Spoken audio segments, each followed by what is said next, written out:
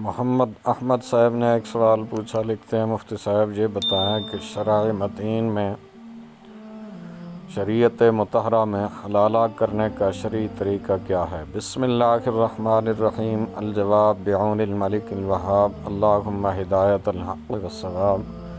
اگر کسی بندہ نے اپنی بیوی کو 3 طلاقیں دے دیں تو اس کے لیے بغیر حلالہ پہلے شوہر سے نکاح جائز نہیں ہوتا۔ حلالہ کرنے کا طریقہ کار یہ ہے کہ اگر عورت مدخولہ ہے تو طلاق کی عدت پوری کرنے کے بعد کسی اور سے نکاح صحیح کرے اور یہ دوسرا شوہر اس عورت سے ہم بستری بھی کر لے۔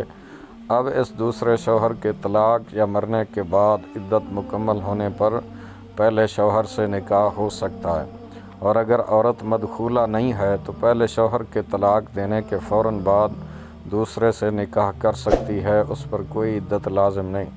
رب تعالیٰ ارشاد فرماتا ہے فَإِن طَلَّقَهَا فَلَا تَحِلُّ لَهُ مِن بَعْدُ حَتَّىٰ تَنكِحَ زَوْجًا غَيْرَهُ۔ پھر اگر تیسری طلاق اسے دی تو اب وہ عورت اسے حلال نہ ہوگی جب تک دوسرے خاوند کے پاس نہ رہے۔